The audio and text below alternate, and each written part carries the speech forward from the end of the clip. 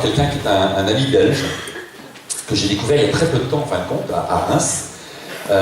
J'ai trouvé, il a fait une intervention à Reims qui était juste extraordinaire.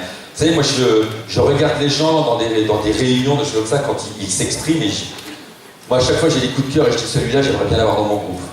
Et celui-là, et celle-là, et celle-là. Alors, rassurez-vous, je n'ai jamais piqué qui que ce soit, à quoi que ce soit, hein, on est bien d'accord. Mais ça veut dire que j'ai envie de faire des amis à travers ce groupe, et que c'est un vrai bonheur. Et il en fait partie, effectivement, je suis content qu'il ait accepté de faire cette compétence, parce que c'est quelqu'un qui est dans son milieu professionnel, a une réelle expérience. Donc je vais vous demander de m'aider à accueillir notre distributeur à argent, Max Debacker.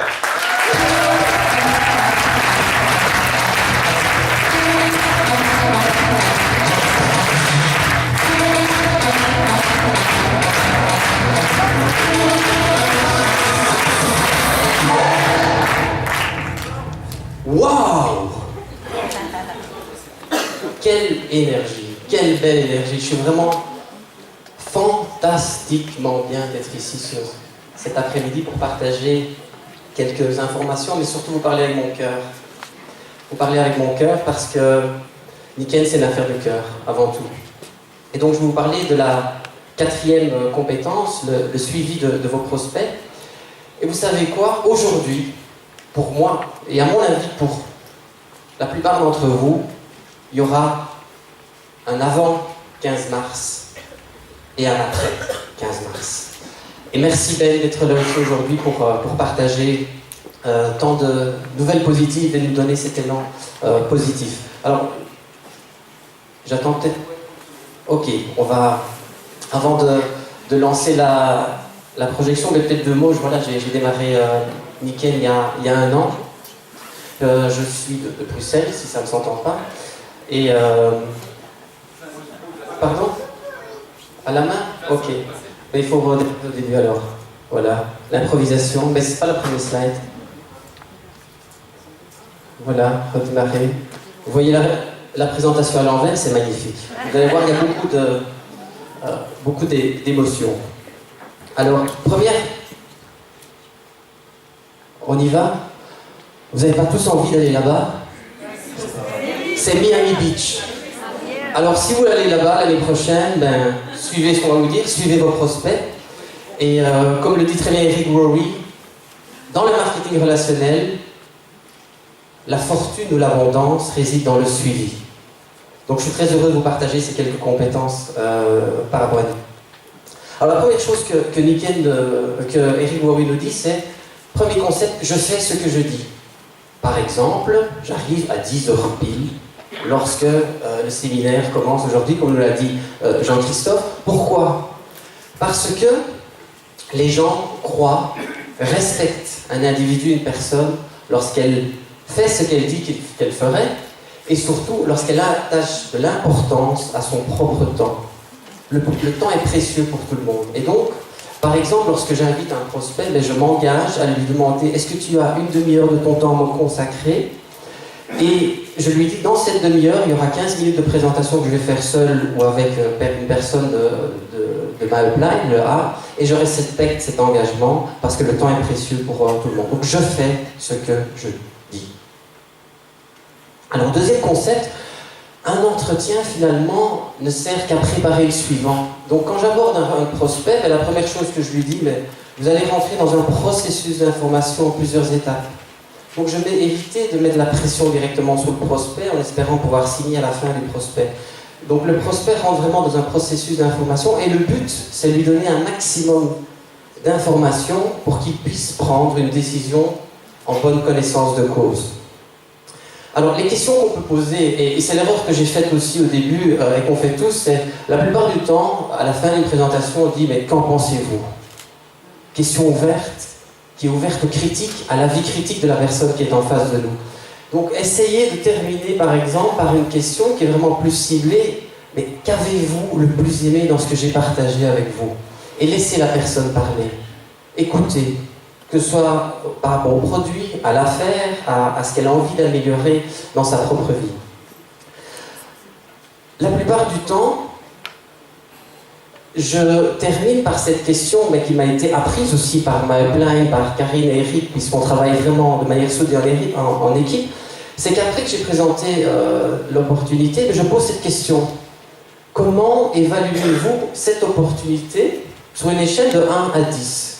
Sachant que 1, ça ne vous intéresse absolument pas, et 10, j'ai envie de démarrer tout de suite. Alors, en fonction de la réponse que les gens donnent, et la plupart du temps, vous verrez qu'on se situe entre 5, 6 et 7, eh bien, je dis à la personne, mais voilà, moi j'ai envie, dans ce processus d'information, nous amener jusqu'à la cote 10. Mais pour cela, vous allez devoir m'aider et me dire, mais tiens, qu'est-ce qui vous manque maintenant comme information pour passer, par exemple, d'un 6 à un 7, ou d'un 6 à un 8. Et en fonction de la réponse de la personne, eh bien, je l'invite à une exposition suivante, une exposition produit, à une explication sur le plan d'affaires, etc. Donc c'est vraiment pour ne pas mettre la pression, et c'est pour amener ces gens et leur rappeler qu'ils sont dans un processus d'information. Et je demande toujours un engagement à la personne. Je lui demande un engagement de suivre ce processus d'étape en étape. Parce que mon temps est précieux, et donc je demande aussi à la personne d'avoir cet engagement-là par rapport à ce processus. N'oubliez jamais, et ça sont toutes les études qui le démontrent, qu'il faut en moyenne 4 à 6 entretiens pour qu'un prospect moyen s'engage. 4 à 6 entretiens. Combien d'entre nous, et moi en premier, baissons les bras après 1 contact, 2 contacts, 3 contacts, 4 contacts. Toutes les études de marketing le montrent. 94% du processus de vente se fait généralement après le 4e entretien en contact. Donc restez positif, soyez patient et surtout tissez des liens. Tissez des liens, créez des relations de confiance avec les gens. J'ai une personne dans mon équipe qui est ici présente, qui est Mercedes. La première fois que je lui ai présenté l'affaire, c'était pas le bon moment. C'est pas grave. Elle est revenue 7 mois après en frappant à ma porte en disant « Max, c'est le moment ». Et maintenant, elle est dans Kaizen. Alors, bien entendu, on est tous confrontés aux questions et aux objections depuis qu'on démarre, et même les plus grands leaders. Et le vrai apprentissage au niveau de ces compétences, c'est bien comment gérer ces questions, comment gérer ces objections. Les grands experts ont bien compris, et on a beaucoup de choses à apprendre par rapport à ces compétences-là. Alors, première chose que j'ai appris aussi, et qui est vraiment un leitmotiv, c'est que notre objectif, c'est avant tout d'éduquer les gens. C'est l'éducation et la compréhension.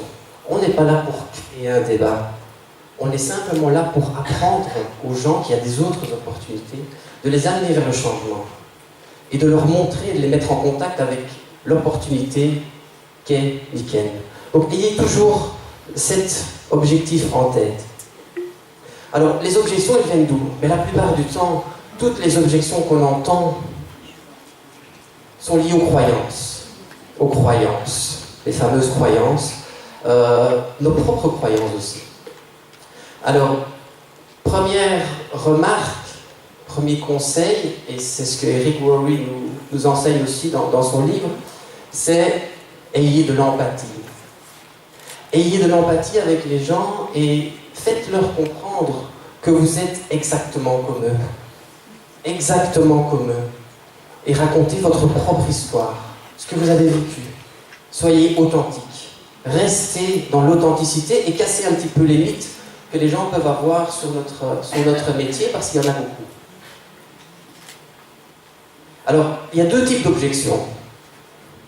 2 types de croyances, plutôt. Il y a d'abord les croyances liées à la personne, c'est-à-dire des croyances limitatives qui empêchent la personne de croire en elle, qui se dit « je n'ai pas les compétences, les habilités pour pouvoir réussir ».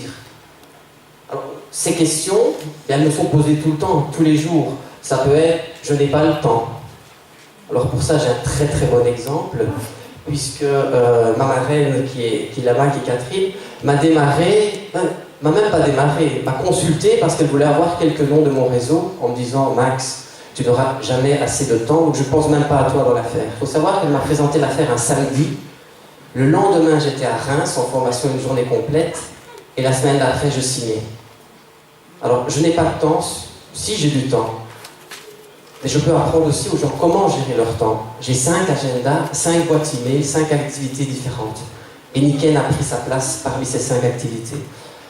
Je n'ai pas d'argent. Oui, c'est possible, vous n'avez pas d'argent. Moi, j'ai une distributrice qui est aussi présente, on travaille en équipe, c'est formidable, qui a démarré Niken en octobre, et vous savez quoi? Le premier mois, elle a fait 400 € net de revenus. Et elle n'avait pas d'argent. Vous voyez que c'est possible. Donc je fais partager aussi les expériences et témoignages de mon équipe. Je n'ai pas cette expérience, je ne suis pas vendeur, ben non, je n'ai pas appris ce métier. Je n'ai aucune expérience, je m'appuie sur des A, sur des gens de la upline, mais également sur tout le matériel qui est mis à disposition, que ce soit des CD, des DVD, des programmes de formation, des événements comme ici. Je rencontre des gens. Et donc, ce n'est pas grave de ne pas avoir d'expérience. Est-ce que vous avez envie d'apprendre? D'apprendre en toute humilité, de redémarrer à zéro? Parce que moi aussi, je ne suis pas un vendeur. On n'est pas là pour vendre. On est d'abord là pour écouter et partager. Et c'est totalement différent. Alors, deuxième type de croyances que les gens peuvent avoir, ce sont des croyances limitatives liées au marketing relationnel ou l'entrepreneuriat collaboratif, donc liées à notre métier. C'est des gens finalement qui se posent un certain nombre de questions sur ce métier qu'ils ne connaissent pas en vérité, et que je ne connaissais pas non plus. S'agit-il de marketing relationnel? Est-ce que c'est une organisation pyramidale? Quand j'entends ce genre de questions, j'essaie toujours de répondre par une question. J'essaie toujours de dire, mais tiens, à quoi vous pensez? Est-ce que vous avez déjà été mis en contact avec une organisation de marketing relationnel? Est-ce que vous connaissez des gens qui avaient réussi dans cette activité? Qu'est-ce que vous en pensez? Quelle est votre perception? Avez-vous lu des livres là-dessus? Etc. Quels sont vos revenus? On me pose toujours la question, mais bien entendu, je ne donne jamais de chiffres au niveau de mes revenus, parce que ça n'a aucun sens de donner un montant. Par contre, ce que je donne comme information, c'est que je dis aux gens, vous êtes dans un processus d'apprentissage 1, 3, 5, 7. Il faut 7 ans pour devenir expert. Ici, là, maintenant, ça fait 1 an que je suis dans l'activité, eh bien, je peux vous dire qu'après 1 an, je n'ai rien gagné, je n'ai rien perdu. Tous les revenus que j'ai eus, je les ai investis dans mon activité, dans ma formation, et je commence seulement à avoir des revenus nets maintenant après 1 an. Donc je suis transparent et authentique. L'entrepreneuriat collaboratif ne me correspond pas, ça peut arriver. Moi j'ai eu un prospect qui m'a dit, écoute Max, c'est très bien, mais moi j'aime pas travailler en équipe, c'est pas grave, au suivant. Donc restez toujours positif par rapport à l'exposition et aux croyances que vous pouvez avoir par rapport à votre activité. Alors, notre métier, c'est l'art de poser des bonnes questions, et j'ai encore beaucoup de choses aussi à apprendre là-dessus. C'est vraiment ce que les experts et les grands leaders de notre organisation ont, c'est l'art de poser les bonnes questions, et toujours de répondre par une question. Ça, j'ai appris aussi beaucoup avec les grands leaders, c'est qu'ils répondent toujours par une autre question. Et ils ont toujours une question à poser en réponse à une autre. Donc c'est vraiment un travail et une compétence qu'on doit tous acquérir et qui se pratique tous les jours. Alors, bien entendu, je vois peut-être certains qui sourient en voyant le graphique, mais c'est vraiment ça, il faut se détacher émotionnellement du résultat. Se détacher émotionnellement, pourquoi? Parce que quand les gens vous disent non, c'est pas vous qui disent non, c'est eux-mêmes. C'est eux-mêmes qui disent non. Donc ce qui est important, c'est soyez vrai et partagez. Vous êtes une opportunité, nous sommes une opportunité pour les autres.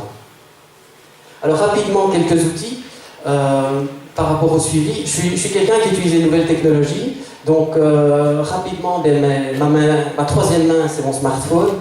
Mon ordinateur, et avec les nouvelles technologies, le cloud, ça permet d'aller rapidement et de sauver toutes les informations que j'ai sur mes 2 appareils.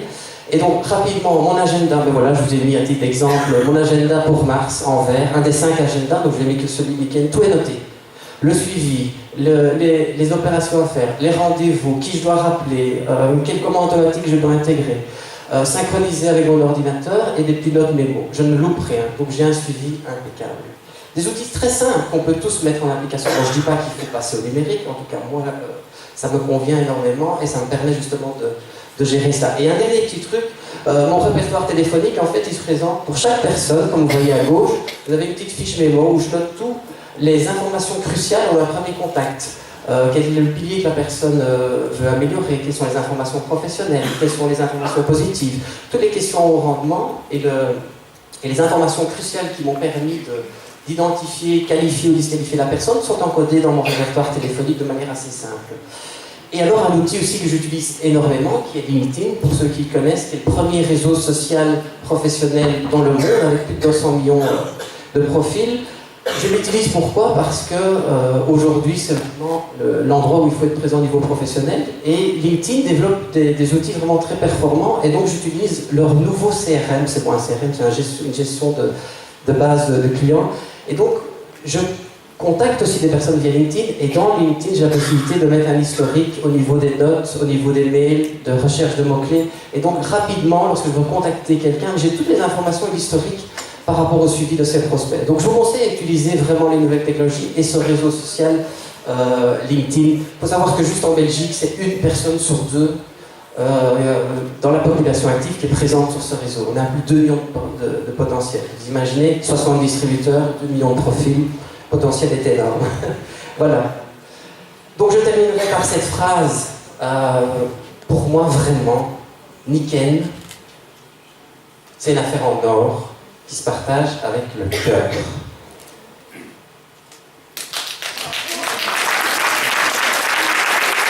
Merci. Et je terminerai aussi par cette citation que j'ai reprise d'ailleurs sur ma carte de visite, qui me sort d'allume-feu, et qui est une citation qui me suit depuis une quinzaine d'années, qui est la suivante. Le plus grand bien que nous faisons aux autres hommes n'est pas de leur communiquer notre richesse, mais de leur révéler la leur.